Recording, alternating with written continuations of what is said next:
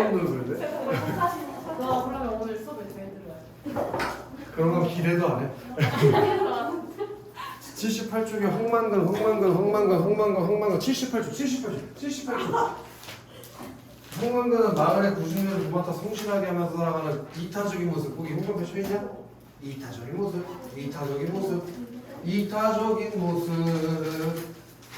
그렇게 황만근이는 이타적인 긍정적인 인물이고 마을 사람들은 마을의 구중년을 황만근에게 맡기면서도 쓴 거야. 뭐 바지를 세개 너무 좋아할 뻔했다. 마을의 구준대로 황만근에게 맡기면서도 생생되거나 당연시하는 형광펜 이해타산적인 모습. 이해타산적인 게 이기적인 거라고 했으니 그래서 마을 사람들은 부정적인 인물이었던 거지, 그치? 그리고 민씨는 무책임한 태도로 변명하는 이장에게 분노의 소리를 지르는 거기 형광펜이죠. 정의로운 모습. 그리고 황만근의 성품을 유일하게 인정하는 인물로 나오지. 이때 중요한 점은 효나 민씨랑 마을 사람들이 뭐하고 있다는 거? 갈등하고 있다는 그 외적 갈등이 있었다는 걸 꼭 기억해야 돼요. 그리고 황만근과 마을 사람들은 뭐 돼 있어? 황만근이랑 마을 사람들은 대조돼 있지. 그 대조되는 모습을 통해서 마을 사람들의 이기적인 면모가 더 부각되고 여기 영상 끝에 안 나오죠, 영상. 여기 안 나오지. 안 나와요. 그지? 죄송하지. 당연히. 왜 소리가 갑자기 이렇게 들리지? 왜 무슨 있었니? 그걸 찍으면 어떡해? 큰일 날 뻔했잖아. 증거 영상 남기려고 이 자식들이. 그래서 황만근이란 마을 사람들이 대조된다는 걸 꼭 기억해야 돼요. 2번에다 별표 100개 쳐. 2번. 시험에 나온다니까 2번. 이거 시험에 나와. 이거 무조건 나올 수밖에 없어, 은서야. 이게 무조건 나와. 이거 틀리면 은서야 말이 안 되는 거예요. 저기 황만근이 없어졌다. 황만근의 실종으로 글을 시작하는 것이 무슨 효과를 주냐는 거야. 이게 시험에 아주 여러 차례 출제했었지, 그렇지? 자, 먼저 독자 측면에서 봤을 때는 황만근이라는 인물에 관심을 갖고 작품에 호기심을 갖게 만드는 효과가 있다고. 거기 효과부터 줘야 되는데 황만근이라는 인물에 대해 관심을 갖는다.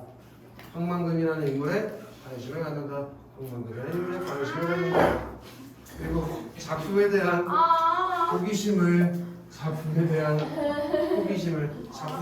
호기심을 갖도록 한다. 그리고 요게 진짜 중요한 거. 내용상 효과. 황만근의 실종 이후에 그의 행적을 거슬러 추적하는 과정에서 여기가 형광펜 쳐 있어야 돼요, 효원? 네. 쳐 있지? 네. 황만근의 부재가 부각되고 존재 가치가 강조된다. 이것도 친구들 서술형으로 출제될 가능성이 있는데 아니. 그때 좀 찍찍이 이렇게. 괜찮아. 조심해야 돼. 뭘 조심해야 돼, 많이들. 독자 측면의 효과를 쓰라고 하는 건지 내용상의 효과를 쓰라고 하는지 잘 구분해서 써야 돼. 알겠지, 세진? 뭘 물어보는지를 잘 보라고 문제에서. 그걸 조심해. 그 다음에 2번 개 중요한 거. 자, 정현 늦게 왔으니까. 정현, 황만근은 이렇게 말했다. 시점이 뭐였어요? 전지적 작가 시점. 왜 전지적 작가를 썼지? 그 객관적으로 전달하려고. 네? 뭐라고? 객관적으로 전달한다고 큰일 나는 거야. 저게 객관적으로 전달한다고 큰일 나. 전지적 작가 시점은 객관적일 수가 없어. 절대로. 그치, 그죠? 그래서 거기 전지적 작가 시점을 활용했을 때 무슨 점이 좋대? 황만근과 맞아, 신기해. 네가 수업 안 듣는 게 신기해. 황만근과 주변 인물에 대한 작가의 생각을 직접적으로 드러낸다가 형광펜이 개쳐지고. 책이 여기 하얗지? 책이 왜 하얗지? 이거 저번에 수업 한것 같은데. 안 들었나 봐요. 이제 들으려고 아꼈구나. 이수업 잘하나 봐요. 이제 들으려고 아꼈구나. 근데 이 수업을 안 들어도 영상을 더 봤어야 되는 거 이상하네. 아니 영상이 안 왔어요. 큰 거짓말해? 금비야. 네? 전지적 작가 시점을 왜 썼다고? 황만근과 주변 인물에 대한 작가의 생각을 직접적으로 드러내려고. 이게 직접적으로 드러낸다는 점이 되게 중요한 거야. 그리고 따라서 작가가 황만근의 삶의 태도 예찬을 형광펜 쳐있냐? 황만근의 삶의 태도 예찬하고 마을 사람들의 이기적인 면모를 B파가 여기 두 개나 쳐져 있어야지. 형만근의 3m도 예차. 형만근이 어떤 삶을 사는지 몰라. 부지런하고 이타적인 삶, 성실한 삶이지? 그런 삶을 예찬하고 마을 사람들은 어떤 면모를 보이는 예정아? 그런 이해타산적인 형만근한테 꾸준히 시켜서 돈 줘 안 줘? 돈도 제대로 안 주잖아. 그런 이해타산적인 면모를 구체적으로 비판하기 위해서 뭘 썼다고 얘기나? 전지적 착각 시점, 전지적 착각 시점. 왜 이렇게 어깨가 뭉친다? 3번으로 가보자. 3번. 자, 형만근은 이렇게 말했다와 공방전을 비교해보고 이와 같은 형식으로 형성했을 때 무슨 효과가 있는지 비교해보라. 공방전. 야야야. 공방전에서 니네가 반드시 기억해야 되는 게 이거 아직도 모르는 게 말이 안 되는 거지. 이건 소설이 아니고 뭐라고 했어? 가전체란 말이야. 가전체. 이거 조심해라. 소설 아니고 가전체. 이거 언제 쓰여진 걸까? 가전체. 언제 만들어진 거야? 그렇지. 고려시대 때 만들어졌어. 조선 아니고 고려시대 때 만들어진 거. 요 옆에 도움말 거기 봐야 돼. 도움말. 이 작품은 전으로 전 사람의 일대기를 요약하여 서술하여 교훈을 전달하는 서사갈래다. 전에는 열전, 사전, 가전, 탁전 등인데 이 중에서 가전은 여기 가전에다가 네모 쳤냐? 가전은 여기부터 미주 쳐야 돼. 사물을 역사적 인물처럼 의인화. 얘는 사물을 역사적 인물처럼 의인화한 작품이라는 걸 반드시 기억해 준 다음에 생애, 성품 등을 기록한 것이다. 이 전이라는 형식적 특징이 두 작품에 어떻게 반영되는지 잘 살펴보는 게 이 그래서 해야 될 내용들이래. 이제 공방전 내용으로 들어가지고 자 공방은 사람 되면 겉은 둥글고 가운데는 네모나며 거기에 저기 공방에다가 세모 안 치는 새끼 쓰레기 새끼지 그치? 그리고 공방에다 세모 쳐야 돼요? 세모 쳐야지. 한글을 쳐도 되는데 세모 치면 좀 더 좋을 것 같긴 해요. 공방은 지금 뭐가 돼 있는 거예요? 아 여기 봐. 가론체가 사물을 역사적 인물처럼 의인화한 거라고. 얘도 어떤 사물을 의인화했을 거 아니야. 얘 뭘 의인화한 거냐?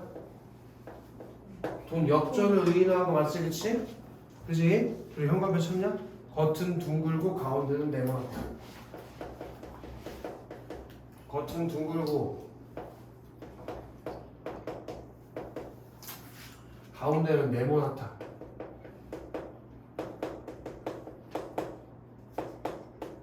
이게 공방의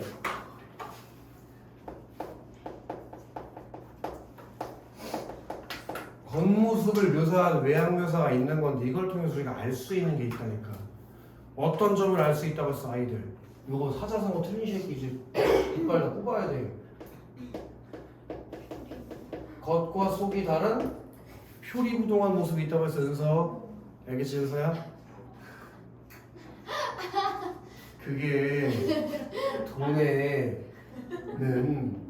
긍정적 기능과 부정적 기능이 공존한다는 돈의 이중성에 대해서 얘기하고 있다는 걸 머릿속에 꼭 넣어야 돼요. 돈의 긍정적인 것도 있고 부정적인. 돈이라는 걸 쓰면 편하지. 물건 어떻게 하냐. 쌀 갖고 들고 다니면서 물건 살래? 그럼 자동차 살 때 쌀 몇 가마니 들고 다녀야 돼. 그치? 뭐가? 아니 어제 문제 풀다가 표리폰 봤는데 뭐였지? 겉과 속이 다르다는 거라니까. 네 근데 파수꾼에서 봤는데 파수꾼은 나오잖아. 촌장이 표리부동이잖아 뚱뚱아. 아 맞아. 그래서 얘는 세상의 변화에 잘 대응했대 정연아.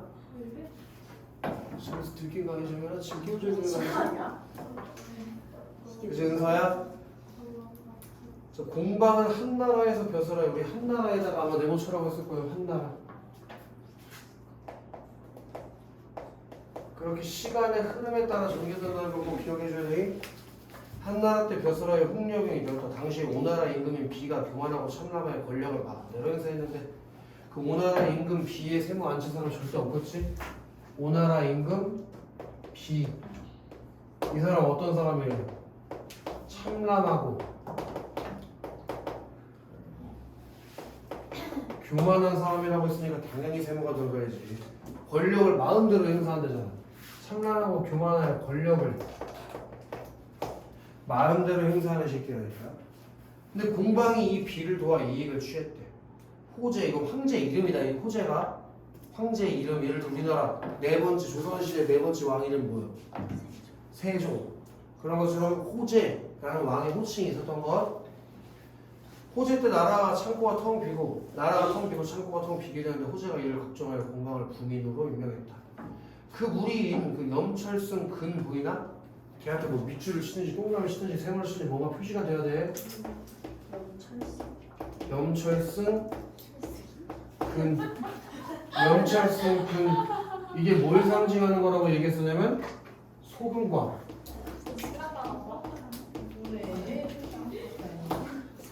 철.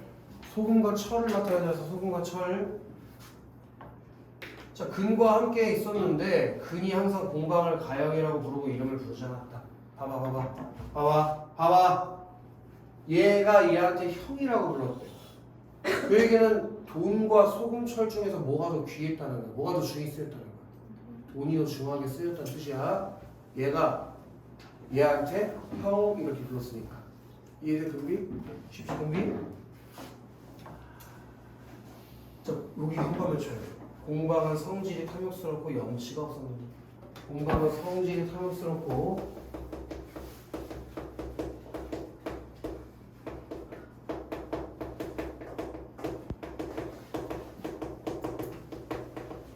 그리고 공방의 성격을 직접적으로 제시해 준 것이 공방의 성격을 직접적으로 제시. 이미 국가의 재산을 총괄하면서 자모가 이자라고 했어. 이자의 경중, 가벼움과 무거움을 저울질하는 걸 좋아했다. 그러니까 비싼 이자를 주고 돈 대출해주고 이자 많이 받아먹고 그런 걸 좋아했다. 돈놀이를 좋아했다니까. 공방은 국가를 이롭게 하는 것은 도자기와 철을 주저하는 것만 있는 것이 아니라면서 백성들과 함께 조그만 이익을 다투고 물가를 올리고 내리고 곡식을 천대하고 화폐를 귀중하게 여겼다. 그때 곡식 위에다 써야 돼요. 곡식 위에다가 써야 돼. 곡식 위에다가 농업. 그리고 화폐 밑에다가 쓸까 자리가 없으니까 상업. 어딘지도 몰라. 빨리. 왜 안 쓰지? 왜 이상해? 곡식이 농업. 화폐가 상업. 그걸 귀중하게 여겼다니까. 농업을 천대하고 뭘 중요하게 여겼다는 겨? 상업을. 맨 그 상업을 귀중하게 여겼다는 얘기지? 그래야 백성들이 근본이 뭐야? 그래서 근본 농업. 그걸 버리고 끝. 그럼 여기서 끝이 뭐겠어? 상업이겠지. 상업. 그 상업을 줬도록 하고 끝이 뭐라고? 끝이 뭐라고? 상업. 그래서 농사 짓는 걸 방해했다라면서 공방의 세에 그거 몰랐어? 그걸 누가 썼을까? 누가 써줬을까? 내가 써줬겠지. 네가 네 스스로 썼겠냐 그걸? 쓰면서 머리에 넣어놓지. 야! 여기 형광펜 이렇게 나왔어. 사실은 다음과 같이 은평한다. 졸라 중요한 거.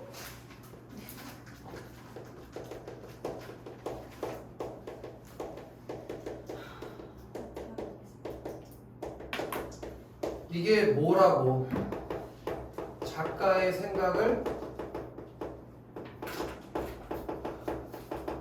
대변하는 걔가 사신이라는 걸 꼭 기억해야 돼.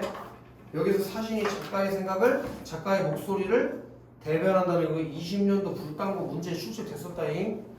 여기 까먹으면 안 돼. 사신이 작가의 생각을 대변하면서 여기서부터 뭐가 나와?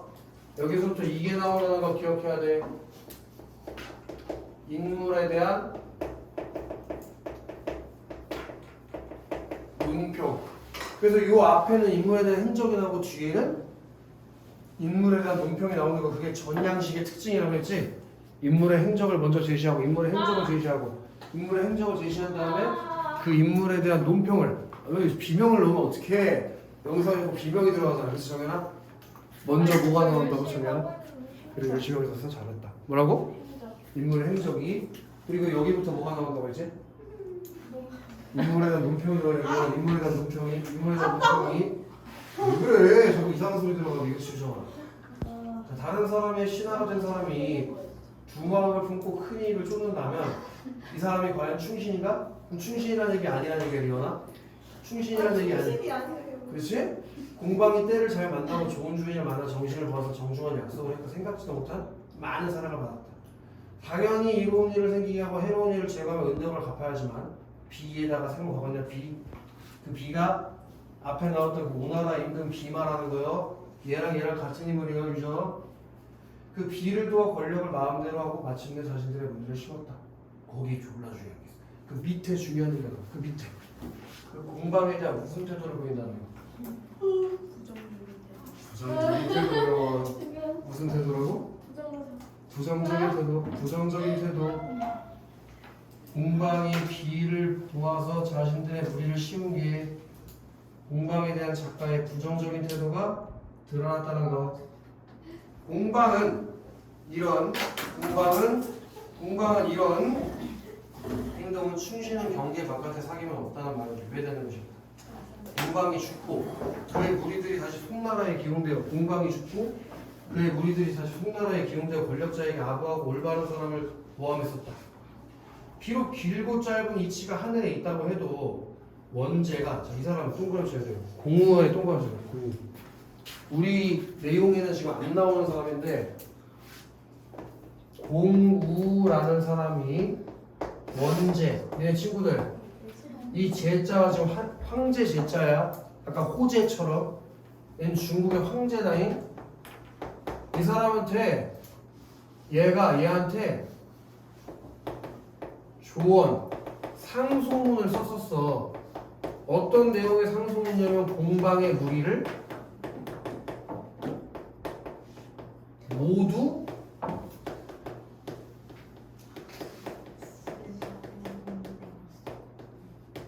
쫓아내야 된다는 내용의 상소문을 써서 쫓아내려고 했었단 말이야. 근데 그걸 원제가 안 들어준 거야. 만약 이때 원제가 이 말을 들어줬다면 공방의 쓰임은 없어졌을 거라는 거죠. 그 얘기가 무슨 얘기냐면 공우가 돈이라는 걸 아예 쓰지 말자라고 제안한 사람이라는 거야. 이해되나? 그걸 꼭 기억해야 돼. 공우의 말을 받아들여 한꺼번에 공방의 무리들을 죽였다면 중나라의 근심을 모두 없앨 수 있었을 것입니다. 여기 조공하는 글씨가 아주 중요한 애였다. 무려 시험 문제에 3번이나 출제된 부분 화폐를 폐지하자는 작가의 주장. 거기가 반드시 표시가 돼 있어야 돼요. 화폐를 폐지하자는 작가의 주장. 화폐를 폐지하자는 작가의 주장. 오케이? 작가는 그럼 어떤 주장을 펼치고 있다고? 화폐를 폐지하자. 무슨 뜻이나? 그러니까 돈에 대해서 무슨 시각을 가지고 있는 거지? 비판적 시각. 당연히 비판적 시각이겠지. 돈을 다 어떻게 하자고 했으니까? 폐지하자고 하고 있으니까. 다만 왜? 얘는 그냥 내비둬. 세호까지는 아니죠.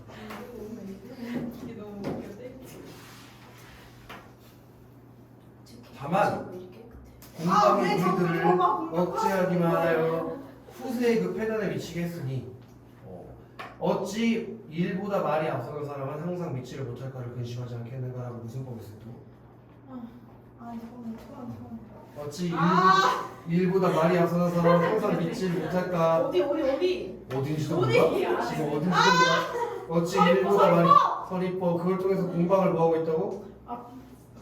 비판 공방을 비판 그래서 밑에 있잖아 갈래가 뭐야? 빨개졌구나? 다전 그래서 성격이 동그라미가 2개 칠 거예요. 우이풍자 아니야 잠깐. 빨리 우이풍자 이게 돼요?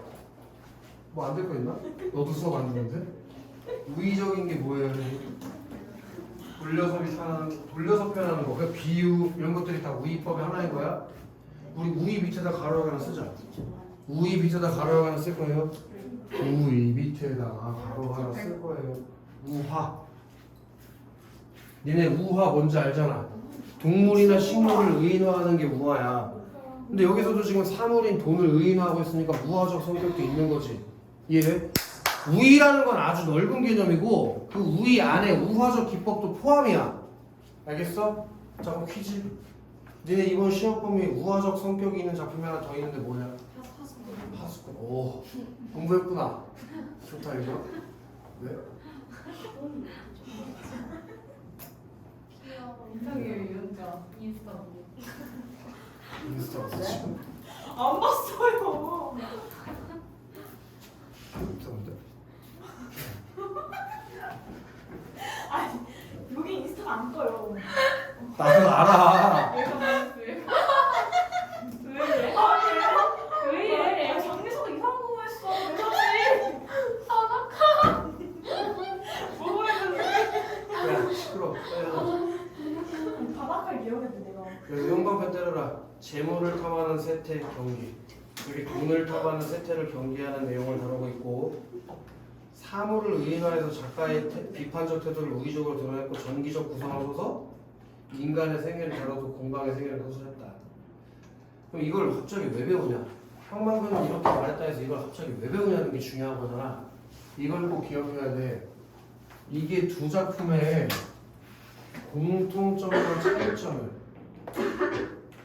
공통점과 차이점을 비교하는 게 시험 문제에 나오고 서술형으로 쓰라는 것도 자주 나오는데 두 작품의 공통점은 뭐야? 전 양식을 취하고 있다는 공통점이 있지? 인물의 행적에 대해서 얘기해 준 다음에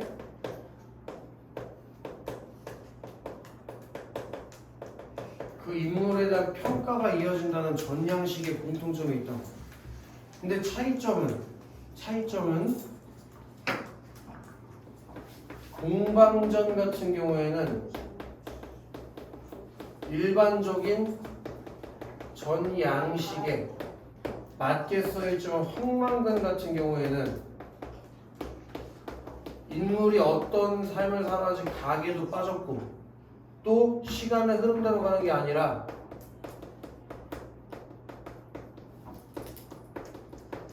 역순행적 구성을 이루고 있다는 거, 인물의 행적을 얘기하는 부분이 역순행적 구성을 취하고 있다는 게 일반적인 전 양식과는 다르단 말이에요. 그게 예시답에도 다 잘 써있잖아. 가게, 니네 조상 가게부 가게도 할 때 니네 시조부터 해서 쭉 내려오는 족보라고 하고 족보. 근데 황만근이 뭐 엄마 아빠가 누군지는 나왔지만 그 위에 조상들은 어떤 사람인지는 안 나오잖아. 그래서 예시다 보면 잘 제시가 돼 있는데 두 작품 모두 인물의 행적, 인물에 대한 평가적으로 구성되는 전의 형식적 특징이 공통적으로 드러나. 다만 황만근은 이렇게 말했다는 가계가 분명하게 드러나지 않고 역순행적 구조를 촬영하고 있다는 점이 일반적인 전 양식과는 차이가 있다. 이걸 반드시 기억해야 되고 서술형으로 쓰라고도 많이 나와. 집어준 거에서 나오는 데서 최소한 틀리지 말아야지. 그치? 그러면 이제 학원비를 날리는 거 아니냐. 그치? 네. 그럼 공방전에는 가게가 있어요? 여기 우리 책에는 없는데 가게 전체 지문에 나와. 여기에는 안 나오지 마. 근데 아마 학교에서 배운 걸 기준으로 가져가야 될 거야. 학교에서 똑같이 가르쳐줬을 거예요. 안 쓰고 어때 혜린아? 학교에서 알려줬잖아, 그치? 써있진 않는 분명히 알려줬을 거야. 알려주지. 있지 않을 거예요. 알려주지 않았을 리가 없어. 학습지에 나올 거야 분명히. 왜냐면 학습지가 다 여기 자소서에 있는 내용이랑 똑같아. 안 알려줬을 리가 없어. 아시겠어? 왜 쳐다보냐? 액션 왜 까는 거야? 그 다음 장 넘어봅시다. 그리고 81쪽에 매우 중요한 게 하나 나오는데 작품에 나타나는 81쪽이라고 했다니. 작품에 나타나는 고전 문학적 요소 보이니 여기 별표 5개 박아야 된다. 이걸 틀리면 이제 큰일 나는 거예요. 자, 너희들은 세 가지를 기억해야 돼. 아마 그래서 내가 필기를 1, 2, 3번을 해줬지, 그치? 첫 번째로 전 양식으로 인물의 행적과 인물에 대한 평가 순으로 제시가 됐다는 점. 그리고 두 번째로 뭐가 나왔냐? 해학과 풍자가 나온다는 점. 어디서 해학이 쓰이고 어디서 풍자가 쓰이는지 아는 거야. 황만근의 우스꽝스러운 말투를 묘사한 황만근단을 통해서 해학을, 그리고 마을 사람들의 이기적인 모습을 비판하는 모습에서 풍자를, 그렇게 해학과 풍자가 제시됐다는 걸 반드시 기억해야 된다. 아시겠어? 그리고 비현실적인 면모는 책에는 안 나와. 황동수가 말할 때 딱 한 번. 걔가 집에 안 들어오고 외박했을 때 토끼랑 맞짱 뜨다가 소원을 들어달라고 했는데 소원을 들어줬던 사건이 있었다고 했잖아. 근데 이걸 분명히 학교 학습지에서는 썼을 거야. 그래서 그 비현실적 요소, 전기성, 그 세 가지 측면을 다 기억하고 있어야 된다. 이게 시험 문제에서 자주 출제되는 부분이니까 꼭 아셔야 돼. 알겠냐? 자, 그다음 눈물 하나 보자. 80. 재미가 뭐가 중요해 지금.